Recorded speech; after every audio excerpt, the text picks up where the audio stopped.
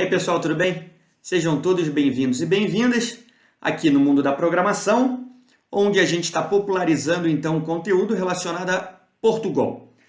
Então, pessoal, agora a gente vai entrar num novo ciclo dessa pseudolinguagem, onde a gente vai ver as estruturas de dados. Basicamente, a gente vai ver duas estruturas de dados. Vamos ver, então, estrutura de dados vetor e veremos também, em seguida, matriz. No vídeo 28, então, é o vetor que nós vamos ver. Para a gente, então, conseguir conceituar o vetor, vamos só imaginar a seguinte situação. Com o que a gente viu até agora, se a gente tivesse que armazenar a altura de 20 atletas de um time de basquete, como é que a gente faria isso? A gente teria que criar uma variável para cada um desses atletas, beleza? Olha só como é que já teríamos várias variáveis para trabalhar no nosso algoritmo. Agora, imagine que a gente tivesse que armazenar 40 nomes de alunos de uma disciplina. Como é que a gente faria isso? Repare também que a solução vai ser a mesma. Como que a gente viu até agora, a gente vai ter que criar 40 variáveis. Então, olha só como é que esse código ficaria. Repare a quantidade de linhas e a quantidade, questão visual, né, de variáveis que a gente teria no nosso algoritmo. Qual é o problema que a gente tem com isso, pessoal? Essa quantidade de variáveis, além de dar muito trabalho para a gente criar, vai dar muito trabalho para a gente conseguir ler esses valores do teclado e depois para a gente trabalhar com esses valores. Se a gente tiver que realizar soma, verificar qual é o maior, qual é o menor, a gente vai ter uma trabalheira, beleza? Então, quando a gente estiver trabalhando com muitas variáveis, a gente vai ver que o programa se torna muito complexo. E aí, com isso, a gente passa então a utilizar a estrutura de dados. Inicialmente, como a gente falou, a gente vai estudar a estrutura de dados vetor. Mas o que vem a ser então essa estrutura de dados chamada de vetor? Olha só o conceito dela. Vetor, então, é uma estrutura de dados que armazena vários dados do mesmo tipo, beleza? Agora tem um item bem importante aqui, pessoal, do mesmo tipo, mas que tem a mesma semântica. Veja só, se a gente está falando que a gente vai armazenar a altura que a gente vai declarar como real de 20 atletas, repare que a gente está armazenando ali a altura de 20 atletas. Se a gente também for armazenar o peso de 10 atletas, repare que ele já tem uma semântica diferente, né? Um está armazenando a altura, o outro o peso. Então, o vetor, nesse caso, já não seria utilizado. Ou melhor, utilizaríamos sim vetores, mas nesse caso dois. Um para armazenar as alturas e outro para armazenar os pesos. Beleza? Vamos só ver o que o Portugal Studio chama de vetor. Vetor pode ser visto como uma variável que possui diversas posições e, com isso, pode armazenar diversos valores do mesmo tipo. Então, armazena. Armazena não. Entendam, a conceituação que o próprio Portugal Studio nos dá é o seguinte: vetor é como se fosse uma variável que nela a gente consegue armazenar várias informações do mesmo tipo.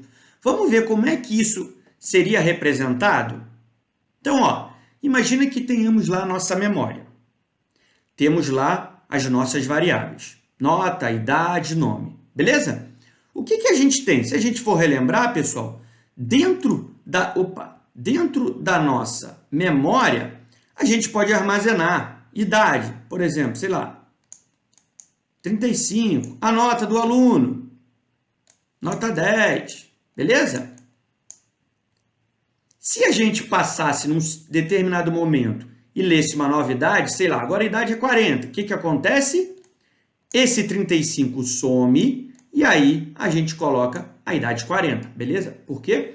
Porque nós só conseguimos manter uma informação em uma memória. A memória, né, não armazena histórico. A partir do momento que a gente lê uma nova informação, ele apaga a anterior e coloca a nova. Beleza? A memória funciona assim. Mas, se o Portugal Studio disse ali que numa memória a gente pode ter vários valores, como é que a gente vai fazer isso? Então, pessoal, o vetor ele vai funcionar didaticamente exatamente assim. Então, onde a gente tem a nossa memória, é como se aqui dentro dessa caixinha onde tem idade, a gente tivesse várias caixinhas. Beleza? Então aqui a gente tem no nome, mas, por exemplo, se a gente fosse ver na idade, é como se a gente pegasse essa idade, e a gente dividisse ela em várias caixinhas. E aí o que ia acontecer, pessoal? Por exemplo, na primeira caixinha, a gente poderia ter uma idade, sei lá, a idade 19. Na segunda caixinha, uma segunda idade, e assim sucessivamente. Então, o vetor é como se fosse isso. Como se em uma posição a gente tivesse várias caixinhas. Só que observem aqui nessa representação. Quando a gente representa o vetor, a gente precisa ter o que nós vamos chamar de índice. E o que vem a ser esse índice, pessoal? Exatamente isso aqui, o número que vai começar do zero, beleza? Onde ele vai indicar qual é a informação que foi armazenada naquela posição do vetor, beleza? Naquela posição ou naquele índice, tudo bem? Então, relembrando aqui, o vetor, então, é como se fosse uma variável, só que com várias caixinhas ali dentro, então ele vai armazenar vários valores, beleza? No exemplo que a gente fez anterior, tinha o 35, lemos o 40, apagava o 35, não. Nesse caso, ele vai poder armazenar vários, beleza? Vários até o limite do vetor, tá bom? Do tamanho. O vetor, então, pessoal, ele vai usar um índice para identificar isso. Por exemplo, 35 está no índice 0, o 40 está no índice 1. Então, cada idade vai ser armazenada em uma caixinha dessa daqui.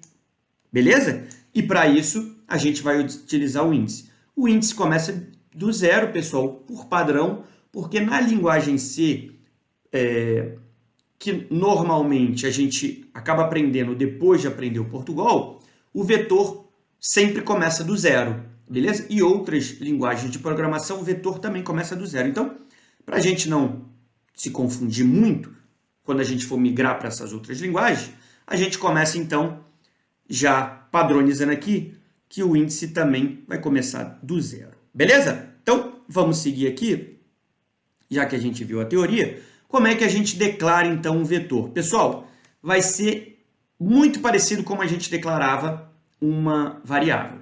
A gente vai colocar o tipo do vetor, são os mesmos tipos da variável, tudo bem? Inteiro, caractere, cadeia e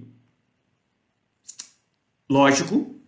Depois a gente coloca o nome do vetor, veja que até aqui é igual à variável. O que vai diferenciar é, logo depois do nome do vetor, a gente vai abrir colchetes e a gente vai indicar quantas posições aquele vetor vai armazenar. Beleza? Então, vamos só ver um exemplo aqui, alguns exemplos aqui embaixo. Então, se a gente for ver aqui, inteiro, o tipo. Depois, nós temos o nome, idade. E depois, dentro do colchete, nós temos a quantidade. Então, repare que na idade, a gente vai conseguir armazenar 10 valores. Beleza? Uma observação, pessoal. Como são 10, beleza? E a gente começa do 0, nós vamos, então, até o 9. Beleza? Porque, 0, 1, 2, 3, 4, 5, 6, 7, 8, 9. Beleza? Temos 10 itens, mas paramos na posição 9, tá bom? Por que isso? Porque nós estamos começando do zero, tá bom? Aqui a altura, temos 18. Uma maneira muito fácil da gente aprender ou decorar isso. Olha só, nós não temos aqui que, por exemplo, a altura são 18. Beleza, mas ela vai até o índice 17, porque ela começa do zero, beleza? É só a gente pegar o tamanho total e diminuir 1. A gente já tem qual é o último índice do nosso vetor. Beleza, pessoal? Bom, vimos então como é que é a declaração. E aí, como é que isso vai funcionar na memória? Só para a gente ver lá, né, pessoal? Aqui a gente tem a declaração das nossas variáveis. Então, lembrando, cada linha, né, o compilador executa linha após linha. Cada linha que ele vai lendo, ele vai lá na memória e reserva um espacinho. Então, aqui no final a gente tem todos os espaços reservados. E quando é vetor, o que acontece? Vamos só reparar aqui. No vetor, ele também vai armazenar no nome e na idade um espacinho. Quando ele chega na nota, olha só o que acontece. O nota também vai ter uma área armazenada, exatamente igual como as variáveis. Porém, pessoal, essa área internamente é como se ela tivesse, no caso, reparem aqui, ó, que declaramos ela com tamanho de 5. Então, repare aqui que ela começa do 0, ela começa do 0 e ela vai até o 4, beleza? Olha lá, começa do 0 e vai até 4, logo, o tamanho dela são 5 itens, beleza? Então, é assim que o compilador trabalha com o vetor na memória.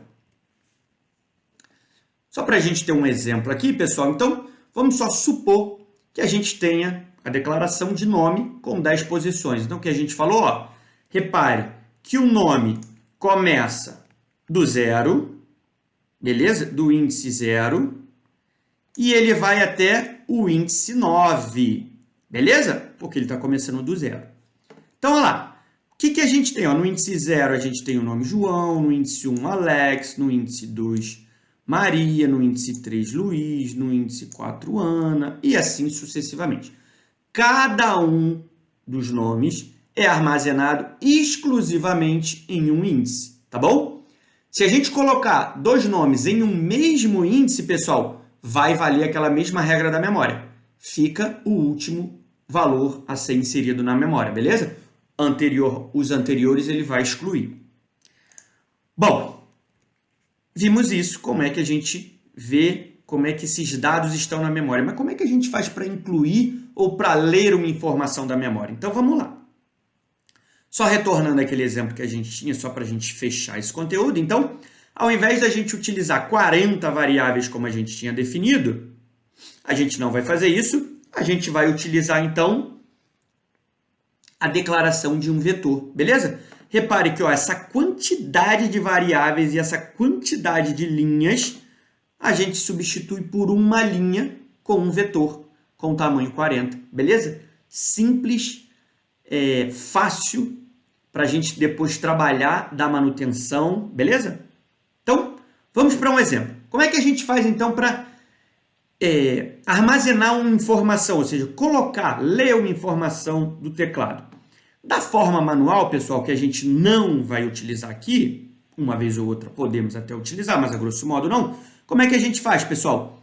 Se a gente está lendo essa informação, basta a gente utilizar o leia, como a gente fazia com as variáveis, coloca o nome do vetor, e aí, pessoal, abro, fecho o colchete, e eu indico em qual posição eu vou armazenar aquela informação que eu estou lendo. Beleza? Porém, pessoal, a gente já viu as estruturas de repetição. O que a gente viu com a estrutura de repetição? Quando a gente tem uma informação que a gente precisa repetir muitas vezes, veja aqui, a gente tem a leitura de 10 idades. Vamos ler 10 itens. O que a gente faz? Estrutura de repetição. Repare que, ao invés de a gente ter vários layers, onde cada layer representa uma posição, a gente vai passar a ter essa representação aqui, ó.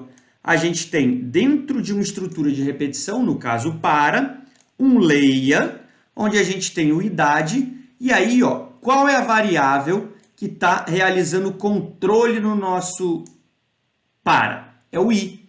Então, o i está indo do 0 até o 9, né? Ele vai 0, 1, 2, 3, 4, 5, 6, 7, 8, 9. Por quê? Porque declaramos essa idade como 10 posições, então ele vai até a 9. Quem é que a gente passa aqui no idade, pessoal? Então, pessoal, no nosso vetor a gente passa o i. Por quê? Automaticamente, o compilador vai substituir o i pelo valor corrente do i, que no caso ele vai estar com 0, depois vai estar com 1, vai estar com 2 e assim sucessivamente. Beleza? Assim a gente faz a leitura. Como é que a gente faz a escrita, pessoal? Mesma coisa. Temos que escrever? Escreva idade, e aí o índice que eu quero, 0, 1, 2. Mas, como eu tenho muitos elementos, eu vou colocar eles dentro de um para, beleza? Dentro do para, então, e eu mando também ele ler da posição i. Beleza? Agora, então, vamos lá para o Portugal Studio para a gente ver um exemplo bem rápido e depois a gente faz um vídeo só de exercício. De volta aqui no Portugal Studio, Imagine só que a gente tenha que fazer aquele exemplo das alturas de atletas de um time, tudo bem? Então, ó, vou declarar como real, e aí eu vou declarar aqui, ó, altura, beleza? Porque eu tenho que armazenar a altura. Mas se eu declarar uma variável, o que vai acontecer? Eu posso ter ela dentro de uma estrutura de repetição. Mesmo que eu leia 10 vezes, ele só vai armazenar a última altura. Então, eu vou criar isso como um vetor. Então, eu abro o colchete e eu indico a quantidade de alturas que eu quero. Nesse caso, a altura 10. Beleza? O que a gente vai fazer em seguida, então, pessoal? Ó, o que a gente poderia fazer? Ó, escreva, digite a altura. Então, olha, leia, beleza que eu vou estar lendo. Ó, do vetor, altura 0. Então, li e armazenei da altura 0. Agora, veja, eu teria que criar isso só para a gente ver se vai funcionar e a gente vai melhorar nosso algoritmo, tá bom? Coloquei a altura 0 e depois eu coloquei a altura 1. No final, olha só o que eu vou fazer, pessoal. Vou criar um par aqui, só para ele ir dinâmico, tá bom? Então, eu vou criar aqui, ó, imprimir as alturas. Então, vamos lá. Então, eu vou criar aqui, ó, inteiro conte igual a 0, conte menor do que 10, beleza? Conte mais. Beleza? Como eu estou começando do 0, ele vai até 9, tá bom? É importante isso, pessoal. Eu estou falando isso muitas vezes, porque isso aqui é um ponto sempre de atenção. Aqui eu vou colocar escreva, e aí eu vou pular uma linha e vou colocar altura. Vou colocar até melhor, vou colocar aqui para a gente saber qual posição está essa altura. E aí a gente vai ver exatamente como é que ele armazenou isso na memória. 2 pontos. E aí quem é que eu vou ler aqui? Ó? A altura, conte, beleza? Esse conte aqui dentro, pessoal, é só para ele mostrar bonitinho a saída para mim, tá bom? Fechei aqui, vamos mandar rodar agora. Ó, digite a altura, veja que ele está pedindo uma altura, então eu vou colocar, sei lá, 1,89, depois 1,67. Ó, olha só como é que ele mostrou a saída para mim. A altura no índice 0 está 1,89, foi o primeiro que eu digitei, beleza? Lembra aqui, ó. E o segundo foi 1,67. E no índice 1, 1,67. Beleza, pessoal? Então, ó, índice e posição, isso acaba confundindo. Lembrando que o índice sempre começa do 0 e ele vai armazenar, ele indica qual é o índice do vetor. A posição, pessoal, é a posição de uma fila, por exemplo. Na posição da fila, a gente não começa do 0, né? Isso é que acaba confundido. Então, a posição começa sempre do 1, mas o índice do vetor começa do 0, beleza? Então, aqui, ó, a altura no índice 1 e na posição 2 é 1,67, beleza? Aqui, no índice 0 e na posição 1 é 1,89. Maravilha? Então, repare, pessoal, como é que ele mostrou de forma automática todas. Por quê? Porque está dentro de um para. Então, se amanhã, ao invés de eu ter que controlar a altura de 10 atletas, agora eu quero controlar a altura de todos os atletas de basquete do Brasil. Imagina, eu não sei, não tenho nem noção da quantidade de gente, mas vamos imaginar sejam 10 mil atletas. Imagina a gente ter leia, escreva, um individual para cada um. Não dá. A gente ia ficar aqui anos e anos só para criar esse programa. O que a gente faz, pessoal? Repare, ao invés de eu ter tudo isso, né, ou vários escrevas e leia, basta eu criar um inteiro conte igual a 0, conte menor do que 10, conte mais. Beleza? E aí eu fecho ele aqui. Vou fazer duas alterações só. Vou voltar aqui para 10 para a gente ter certeza. E observem só aqui, pessoal. Olha só se eu cometer esse pequeno engano. Normal disso aqui acontecer, pessoal. Acontece direto. Eu não coloquei o conte aqui dentro do leia. Eu deixei só o 0. Olha só o que vai acontecer. Altura 1,65, 1,69, 1,68, 1,63, 1.65. Próximo eu vou colocar menor, né? 1.45. Opa, não acabou ainda? Olha lá. Repare, pessoal, 1.45 foi o último que ficou registrado. Lembra aquilo que a gente falou? Ele, mesmo considerando ter várias posições ou vários índices, a gente precisa indicar corretamente, senão ele vai ficar só armazenando no zero e o zero funciona como uma memória. Ele não tem histórico, ele só armazena o último. Então, para a gente armazenar todos, pessoal, o que a gente tem que fazer? Aqui dentro a gente precisa colocar o count. Por quê? O count começa do zero, na próxima iteração vai ser 1, depois vai ser 2, depois vai ser 3 e assim a gente está preenchendo o nosso vetor. Para diminuir, pessoal, eu vou colocar 5 aqui, só para o vídeo não ficar muito extenso, e ele já está muito extenso. Então, vamos lá. Primeiro, ó, 2 metros, depois 2.5, e 2.50, saiu ali muito grande. Depois 1.69, depois 1.58, depois 1.78, olha lá. Se a gente for reparar, ó, repare que ele armazenou no índice 0, no índice 1, no índice 2, no índice 3, no índice 4, beleza? Então, reparem que ele está armazenando todos os valores lidos. Então, pessoal, agora com o vetor, a gente consegue fazer isso, armazenar várias informações no nosso programa. Até então, a gente não conseguia, a gente tinha que ter muitas variáveis, e aí isso se tornava inviável a ponto de programar, tá bom? Quando a gente tem muitas variáveis. Pessoal, era isso. Espero que tenham gostado. Próximo vídeo, então, a gente faz um exercício, é o vídeo 29. Um abraço, até lá.